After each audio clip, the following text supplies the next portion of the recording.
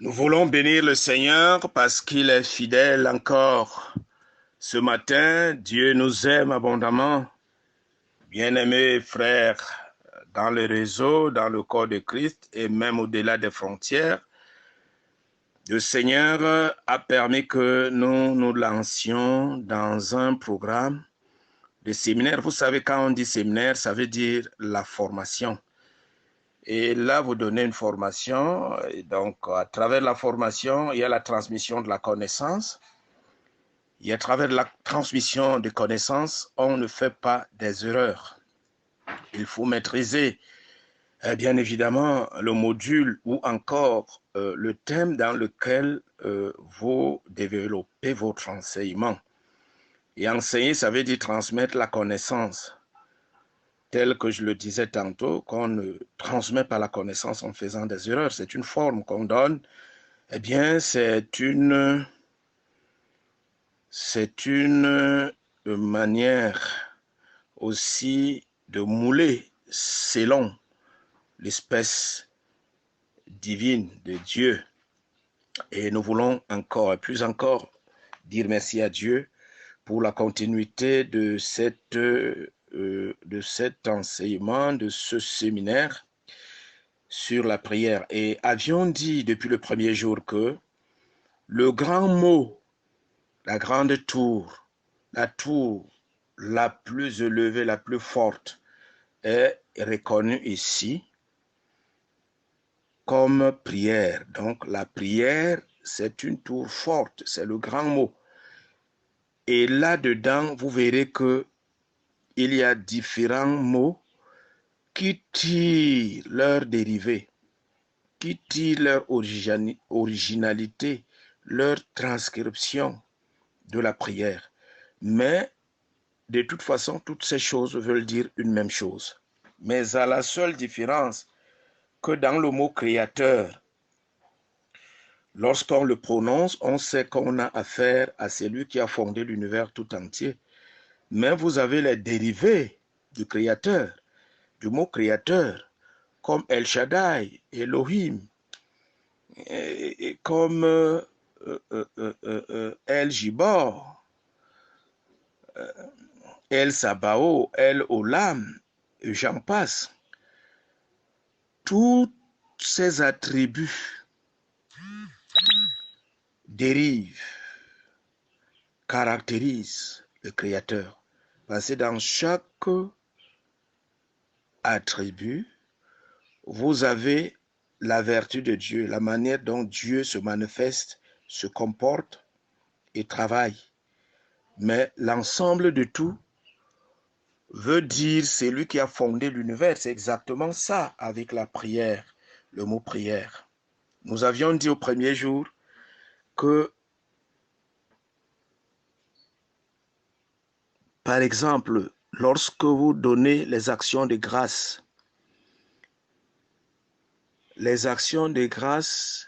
constituent une forme de prière. En quelque sorte, lorsque vous voulez entrer dans une maison à étage, vous avez l'escalier devant vous.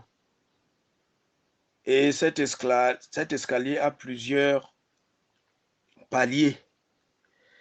Et chaque palier a la valeur. Aucun ne peut dire à l'autre que ne soit pas là. Non, parce que s'il n'est pas là, tu ne pourras pas arriver à l'étage où tu as besoin d'aller. Donc, chaque palier est important.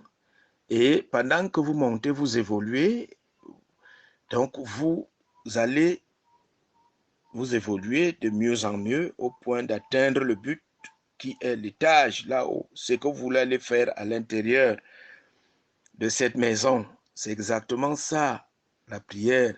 Dans la prière, vous avez plusieurs échelles. Vous avez les échelles, sinon l'échelle de l'action de grâce. Vous avez l'échelle des décrets stratégiques, tels que je disais. Vous avez l'échelle de la louange. Vous avez l'échelle de l'adoration. Vous avez l'échelle de l'intercession. Vous avez l'échelle de l'intercession à pipe mitrailleuse. C'est de ça qu'il est question. C'est pour ça que nous allons continuer à enseigner sur toutes sur chaque forme de prière.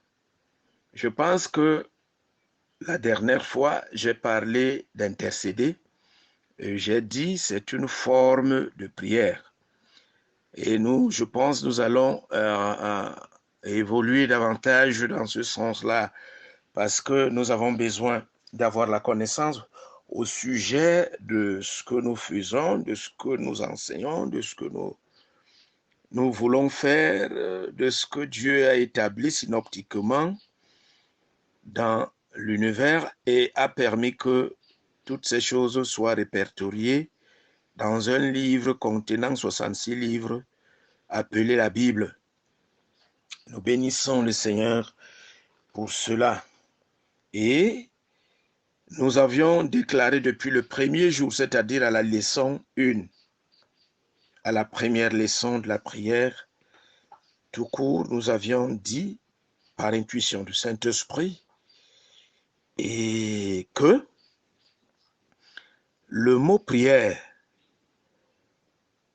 dérive d'une transcription latine.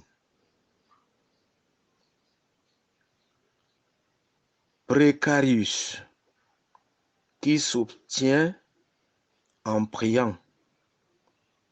Acte de religion par lequel on s'adresse à Dieu pour implorer ou l'adorer. Nous avions dit que la prière était subdivisée en 3 échelles. C'est-à-dire, nous avons l'échelle de l'introduction, le développement, soit le corps du sujet, et la conclusion. Nous avions dit pour qu'une prière soit exaucée, il faut que la personne qui se place devant Dieu pour prier s'assure qu'il est en parfaite connexion avec le ciel, ou alors qu'il remplit toutes les conditions adéquates. Donc, je m'en vais vous citer ici. Première chose, il faut t'assurer que tu n'as pas de péché en toi. C'est-à-dire que tu fasses un feedback de ta vie pour voir là où tu as échoué ou bien là où tu as des reproches. Qu'est-ce que tu as fait? Est-ce que tu es en règle avec Dieu? Parce qu'il est dit ici, dans la parole de Dieu, que Dieu n'exauce pas les pécheurs, que son oreille n'est pas dure pour écouter nos prières, ni sa main courte pour nous sauver, mais que ce sont nos iniquités, nos péchés, ce que nous faisons de mal, nos transgressions de la parole qui nous éloignent de lui. Ça veut dire que lorsque nous prions, nous demandons à Dieu de nous faire ceci, de nous faire cela. Il ne peut pas le faire, tout simplement parce que nous ne sommes pas dans la volonté parfaite de Dieu, c'est-à-dire que nous ne sommes pas en règle avec Dieu, c'est-à-dire que nous n'appliquons pas systématiquement la parole de Dieu. Donc, Dieu a donc donné un moyen de sauvetage qui est la repentance. Et nous avions dit la repentance consiste à faire un pas en avant, en marquant une pause et en avouant ces péchés qu'on a commis, en les énumérant devant le Seigneur, en les confessant et en demandant pardon à Dieu et en prenant la décision ferme de ne plus jamais rentrer sur les anciennes vomissures, ça veut dire sur ces péchés dont on a regretté, confessé et repenti. Ça, c'est la première chose. Notre attitude doit avoir un langage. Nous allons avec l'attitude de vainqueur. C'est que nous allons demander maintenant, Dieu va écouter et il va faire.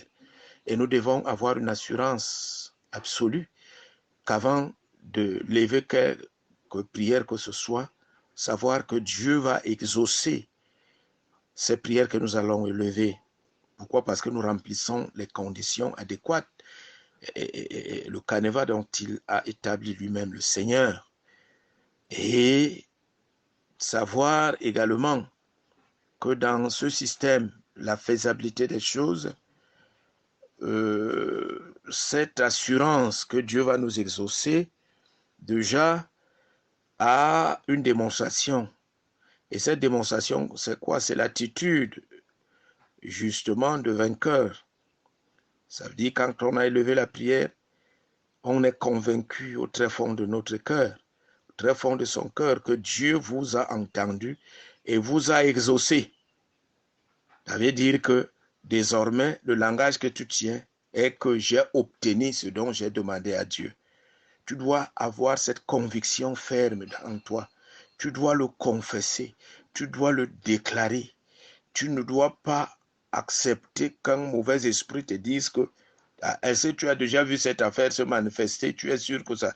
Et tu développes cette pensée, ça va détruire la prière que tu as faite. C'est pour ça que l'attitude, la démonstration, eh bien, de celui qui prie compte pour l'obtention de son exaucement et la matérialisation de cette prière qui, en toute honnêteté, est faite par la foi.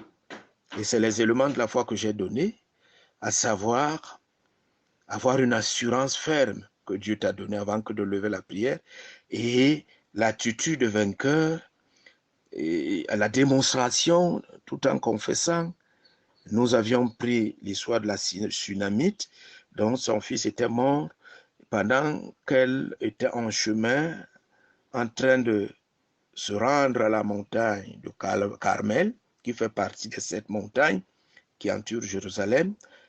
Elle a rencontré son mari qui était parti très tôt de la maison pour le travail, avait laissé son fils malade gravement. Alors, son mari lui demande comment se porte l'enfant. Elle a bien évidemment répondu à son mari, tout va bien, alors que l'enfant était mort. Cette dame est allée appeler l'homme de Dieu, Élisée.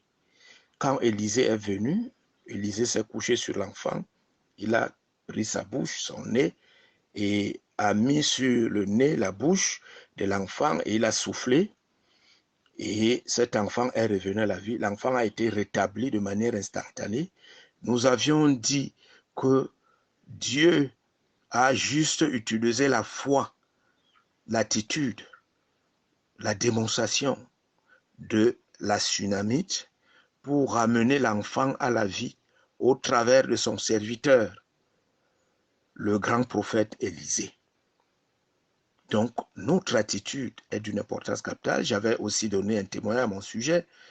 J'avais été attaqué une fois à l'étranger, le pied gauche avait développé un nerf sciatique qui faisait atrocement mal.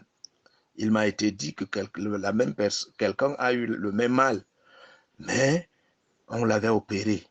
Il a perdu son pied. J'avais répondu à ce commandant sur qui j'étais, commandant, je veux dire, à cet officier supérieur sur qui j'étais, je lui ai dit, commandant Nakpi Boniface, regarde-moi, je ne vis pas dans le péché, je suis en parfaite connexion avec le ciel. Le Seigneur m'envoie dans ce pays pour libérer les gens et ne peut pas me permettre que je sois opéré, que je sois malade. D'abord, à partir de maintenant, je voudrais que tu comprennes que je ne ressens même plus rien là. Pendant que nous causons, je suis guéri. C'est comme ça que j'ai cheminé mon attitude positive et ma démonstration, le langage positif en allant à l'église témoigner plusieurs fois devant les hommes. Il s'est avéré qu'un jour, dans la nuit, je me lève comme habituellement pour intercéder. Autour de minuit, 1h du matin, jusqu'au petit matin, m'en suis rendu compte que le mal était parti. Et là, le Seigneur a commencé à me parler de la foi, l'importance capitale d'avoir une assurance avant que de s'engager dans la prière, savoir que Dieu sait tout, il a exaucé d'avance et qu'au travers de cette assurance, la démonstration doit être caractérisée en tenant un langage positif, en ayant une attitude positive, en disant que tu as obtenu ce que tu as demandé à Dieu. Même si tu ne le vois pas visiblement, mais dans ton cœur, tu es entièrement, totalement convaincu que ce dont tu as demandé à Dieu, tu l'as, tu confesses, tu le déclares. Et c'est alors que, tenant cette attitude Faisant toutes ces choses, tu engages Dieu à confirmer sa parole. Et c'est là que le miracle peut être opérationnel. C'est toute une école, c'est toute une vie. Ce n'est pas du bluff. Que le Seigneur, je voudrais dire que le Seigneur nous bénisse tous par rapport à ce qui a été dit. Dans ce premier jour-là, le deuxième jour, je pense, nous avions développé l'enseignement sur la prière et c'était formidable. Je pense qu'il y a eu beaucoup de choses qui ont été dites. Et Dieu, dans sa grâce infinie, nous avait encore amené à comprendre l'enseignement dont Jésus-Christ a donné sur Matthieu au chapitre 6, du verset 6 au verset 9, en donnant un enseignement à ses apôtres, à ses disciples, comment pouvoir prier. Et ce jour-là, nous avions dit que si Jésus leur a dit, quand vous priez, dites, notre Père qui es aux cieux, que ton nom soit sanctifié, que ta volonté soit faite sur la terre. Donne-nous aujourd'hui notre pain de ce jour. Ne nous induis pas en tentation, mais délivre-nous du mal. Car c'est à toi qu'appartient le règne, la puissance et la gloire, de siècle en siècle. J'ajoute au nom de Jésus-Christ, Amen. C'est vrai qu'il n'a pas dit au nom de Jésus-Christ parce que Jésus n'était pas encore glorifié. Il était leur consolateur physique.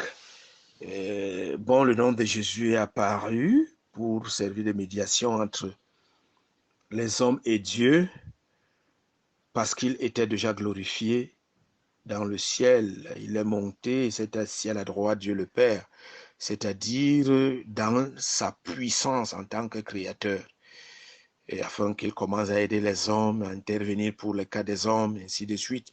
Et par ailleurs, la Bible dit d'ailleurs que Jésus-Christ est notre avocat, il intercède pour nous, justement parce qu'il exauce toutes les requêtes de prière que nous lui élevons. Et nous devons être censés de connaître ces choses de façon profonde. Et si Jésus-Christ intercède, imaginez un seul instant, ça veut dire que si vous n'intercédez pas en tant qu'un homme, un serviteur de Dieu, un enfant de Dieu, vos choses ne marcheront pas parce que nous avions vu dès les premiers jours que le tiers des anges ont désobéi à Dieu, c'est au moins 10 milliards d'anges. Et le monde entier, ma foi, je ne pense pas qu'il ait un effectif de 10 milliards. Je ne pense pas. Et nous avions développé ce jour des choses en disant, enseignement en disant que sur ces 10 milliards de mauvais esprits qui s'attaquent aux hommes, les hommes sont sous une pression terrible, une pression démoniaque pas possible, et que ce n'est que par là le moyen de la prière, des différents types de prières. Si nous les appliquons dans notre vie, alors nous aurons des résultats escomptés par rapport aux attentes, à nos attentes, par rapport à ce que nous voulons que Dieu fasse pour nous. Et c'est comme ça que Dieu a établi des choses synoptiquement. Nous ne pouvons rien anticiper, nous ne pouvons rien fracturer, nous ne pouvons rien changer, nous ne pouvons rien contrôler.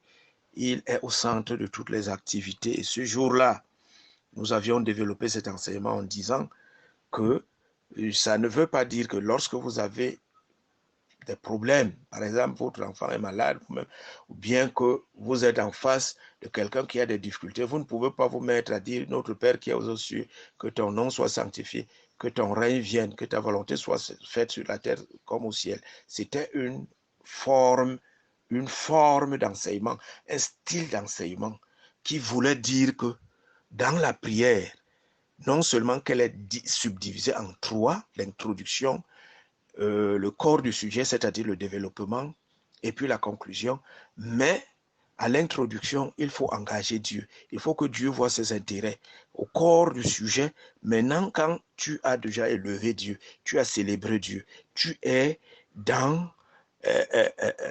les règles, les principes de Dieu, c'est donc là que tu peux dire à Dieu, j'ai besoin de telle chose, j'ai besoin que tu fasses telle chose à telle personne, à telle autre personne.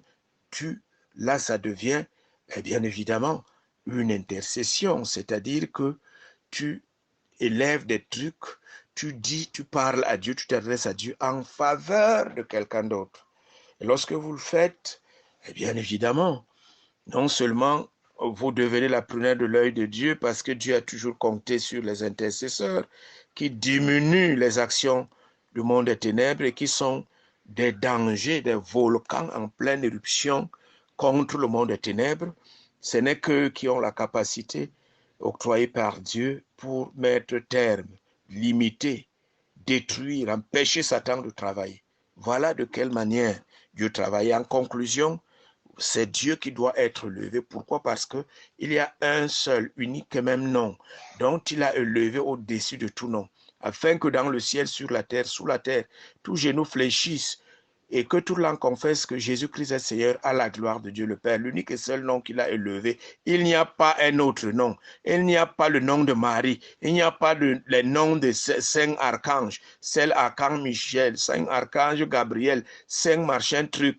Non, l'unique et seul véritable nom qu'il a élevé au-dessus de tout nom, qui sert de médiation entre les hommes et Dieu, qui sert de tour forte et qui amène la prière à l'accomplissement, c'est le nom de Jésus-Christ. Si vous ne passez pas par Jésus, si la conclusion de votre prière n'est pas faite au nom de Jésus-Christ, tout ce que vous avez dit est tabou, ou rien ne peut arriver, ce n'est que les démons qui vont continuer à s'attaquer à vous. Pourquoi? Parce que Jésus est venu sur la terre. Il n'a pas été conçu par le spermatozoïde d'un homme. Ça veut dire qu'il n'avait pas de péché en lui. Il est venu en tant qu'un être humain hyper parfait et en même temps Dieu. Mais il accomplit sa mission sur la terre en se rendant sur la croix après qu'il ait fait le bien aux hommes, rassemblés tous en un seul corps, c'est-à-dire le peuple d'Israël. C'est pour ça que quand vous acceptez Christ, véritablement, vous défaites des colocants sauvages qui vous lient au monde des ténèbres à travers les liens par le moyen du renoncement profond, et puis la rupture des liens, et bien évidemment, Dieu, non seulement votre nom est enregistré dans le livre de vie au ciel, l'ange vous affecte dans l'une des 12 tribus d'Israël et vous devenez Israélite, désormais vous faites partie du peuple de Dieu. Dieu n'a pas deux peuples. Dieu a un seul peuple. C'est pour ça que je suis navré au sujet des ministres de l'Évangile, disait-il, qui évoluent en privé, seul, ne veut pas de collaboration, et bon, ça devient autre chose. C'est pas ça la volonté parfaite de Dieu. Dieu a un seul peuple. Et si nous savons que Dieu a un seul peuple, nous allons obligatoirement, impérativement, et ça va être un devoir, à nous unir au corps de Christ, à nous unir aux autres, afin de tenir un même langage, de regarder dans la même direction, de se soumettre aux exigences dont le royaume de Dieu a établi pour la bonne marche du corps de Christ. Ici, il n'est pas question de dire que c'est ma chose, c'est ma chapelle, c'est ma vision, je rendrai compte à Dieu. Non, Dieu a un seul peuple, ça veut dire qu'il a une église. Lorsqu'il vous affecte dans l'une des 12 tribus d'Israël, vous devenez désormais le peuple de Dieu. Pourquoi 12 tribus d'Israël? Parce que les 12 tribus d'Israël caractérisent la plénitude de Dieu. En mathématologie, vous avez un qui veut dire le Fils unique de Dieu, deux qui veulent dire l'Ancien et le Nouveau Testament. Et donc, quand vous faites 1 plus 2, vous avez 3, ça veut dire le Père, le Fils et le Saint-Esprit. Et cela nous amène à comprendre que c'est dans l'unité, rien que, et Dieu n'a qu'une seule Église. C'est-à-dire, il a un seul peuple. C'est pour ça que pour que tu évolues, pour que ton ministère grandisse, pour que ça marche, même chez toi, dans ta famille, tu dois être uni aux autres. Tu dois faire partie du peuple de Dieu. Si tu le rejettes, si tu refuses, ça veut dire que tu es en train de faire ta propre boutique, ta propre chose, et le Seigneur ne s'y intéresserait jamais, et ne s'y intéresserait jamais. C'est-à-dire qu'il ne va pas s'intéresser. Je veux dire, Dieu ne va pas s'intéresser de ce que tu fais, parce que nous sommes arrivés à l'heure où il faut absolument que l'Église de Christ soit unie afin que les uns et les autres comprennent que Dieu a un seul peuple. Et là, au paradis, pendant tous les grands rassemblements au 3e ciel, je voudrais nous rappeler que le fonctionnement de tous les nouveaux arrivants, de ceux qui ont déjà connu la première résurrection, les anciens. La Bible vous parle par ailleurs des vieillards qui ont déjà connu la résurrection avec Jésus, avec Jésus-Christ. Autant pour moi, eh bien, ils sont à l'image de Dieu. 3 règles sont manifestes. Il y a l'amour, il y a l'humilité et le service mutuel. Ça veut dire que la vie de l'éternité est caractérisée par l'amour, l'humilité et le service mutuel. C'est pour ça que quand vous arrivez au paradis, ça ne fera pas du mal au roi David de vous prendre dans son véhicule et de vous accompagner partout où vous voulez. Il vous conduit. Sur le visage de chaque racheté au ciel, les rachetés, c'est ceux qui ont vécu sur la terre et après leur mort, parce qu'ils ont servi Dieu et se sont trouvés justes, alors Dieu les a affectés, Dieu les a conduits, le Seigneur les a amenés au paradis.